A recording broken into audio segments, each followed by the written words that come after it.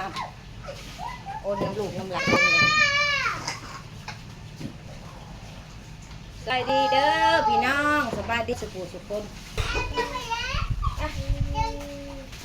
สิมาจามอันนั้นจามขึ้นดอกไอ้อ้นน้อยก่อนเราหน่อยแล้วสิ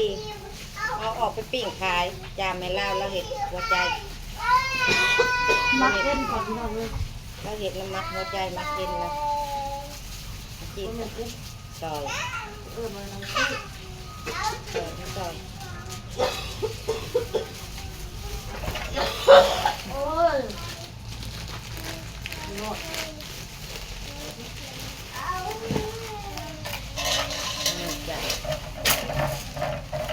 จามขึ้นดอก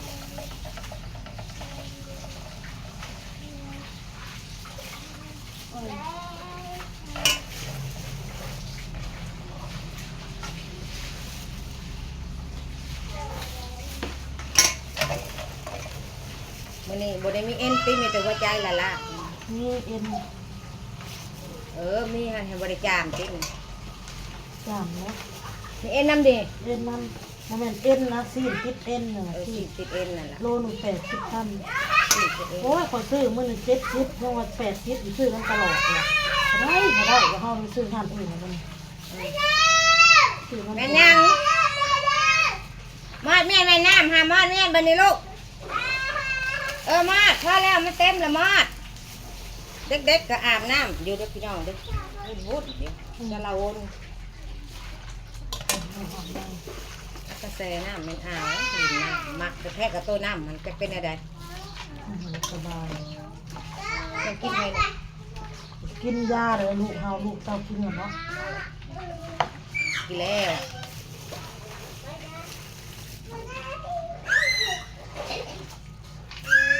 พี่น้องเอ้ยมักแล้วเรียบร้อยแบบแล้วเรียบร้อย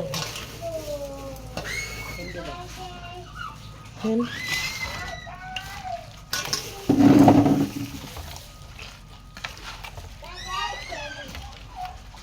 มันดอกมันกำลังเรียบร้อยคือกัน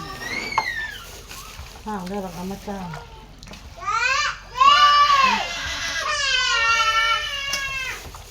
เสียงติดเกินแม่นอ้าวไม่ธรรมดาได้ลิ้นน้ำ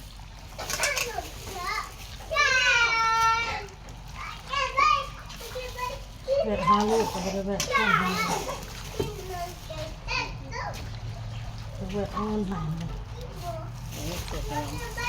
ตามมันก็มีผู้ถือเขามากินน้ำโตอยู่ว่ามีอยู่บอกคนถือเขาไปกินมันมานี่มันอ่ะ นี่เราวิตาคุณยิ่งเขาเอาขึ้นต่างหากนู้นสุดท้ายตะกี้ก็หาทุกคนเรากินน้ำกันเห็นไหมแล้วมีพ่อแม่เขามาหักเอาเขากินของเงินแล้วเรากินคนเดียว จามหัวใจ3 ไม้จามเอ็น2 ไม้ตามค้างเนี่ยแล้วไปเท่าไม่เช่าเจ้าค้างเนี่ยเฮาบ่ไปโรงเรียนบ่นี่หาเจ้าค้างเห็นยังนี่ไปเห็ดหูบ่ได้ยินอ้นกูไปเห็ดเฉยจักมาถามอีกไม่เช่าเจ้าค้างนี่เห็นนั่นเจ้าค้างแต่เฮาไปกินโรงเรียนบ่กูไปเห็ดเฉย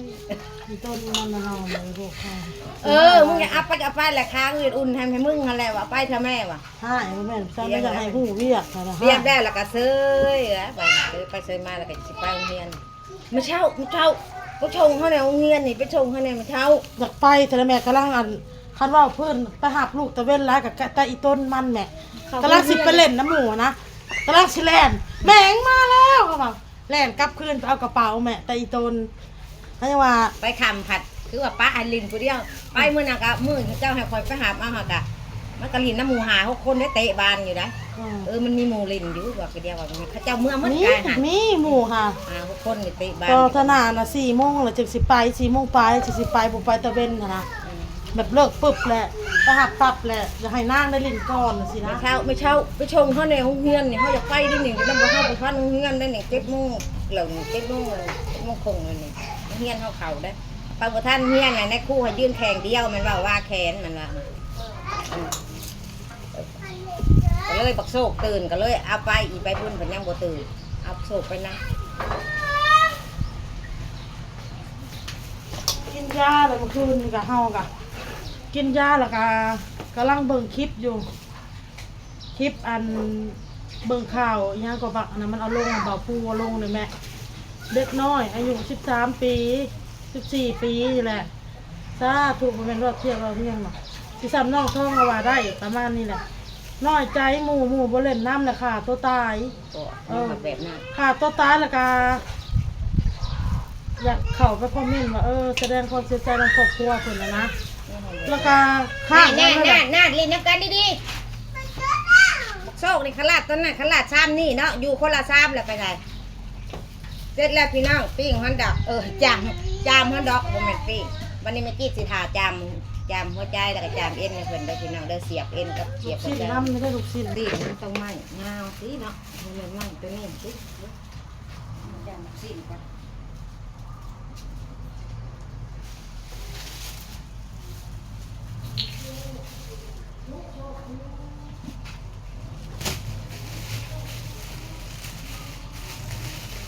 จามสิ้นต่อเลยพี่น้องนี่ว่าจาม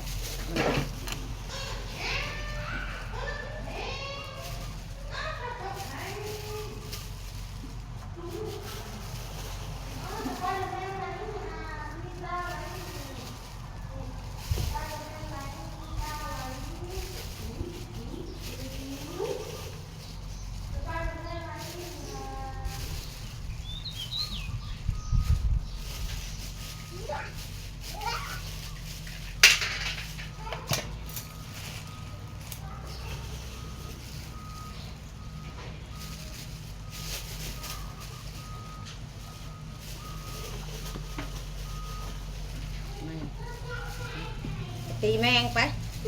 ใช้แมงน่ะไปแล้วแมงอยู่ใช้แมง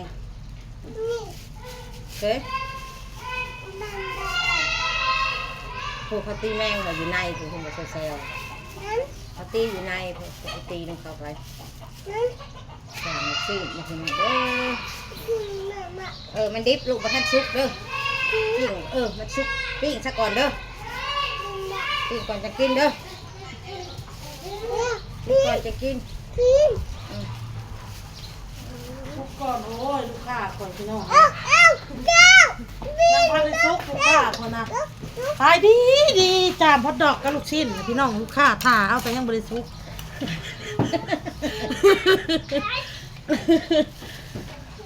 แล้วได้ไหมเลย แล้วยัง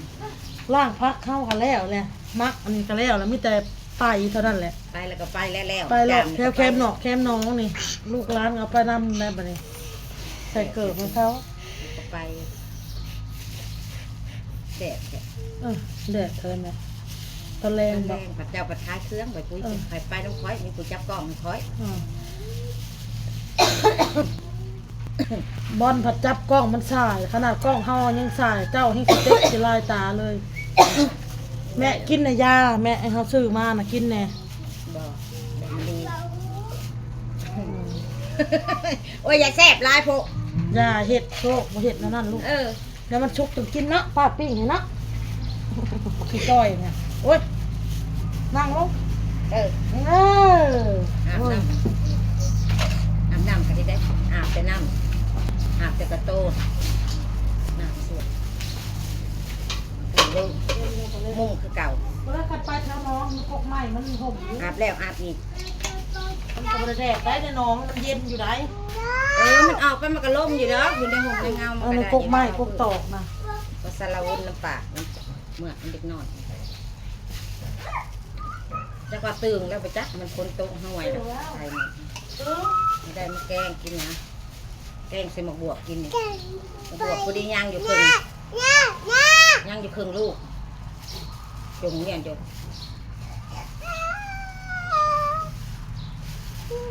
ใส่ประตูนะประตูไปย่าง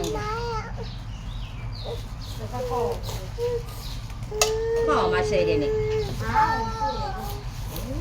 ซื้อเสียเงินประหยัดจะได้แรกใส่ประตูก็ได้นะประตูกับนี้นั่นมันจะให้แซ่บอาหารป้าเพื่อกระแซ่บแล้วจะกินแบบ มันขึ้นน้ำเครื่องปรุงเดี๋ยวเรื่องแซ่บมันกินแต่ปลาซื่อๆมันก็บ่แซ่บเอายังคือกันมันขึ้นน้ำเครื่องปรุงเฮานี่แซ่บกินแต่ปลาบ่มีเกลือเป็นนัวก็เล่ามึงนะมันสิแซ่บบ่ล่ะ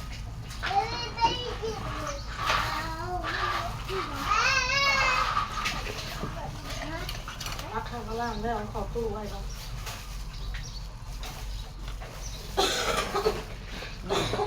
เจ้าก็ต้องมาไอนัวคือเดียวเพียงลูกเพียงลูกท่วงเป็นแท้ โชคใช้เลยโชค ตอกเนี่ยสะอดจะตอกเนี่ยเพราะว่า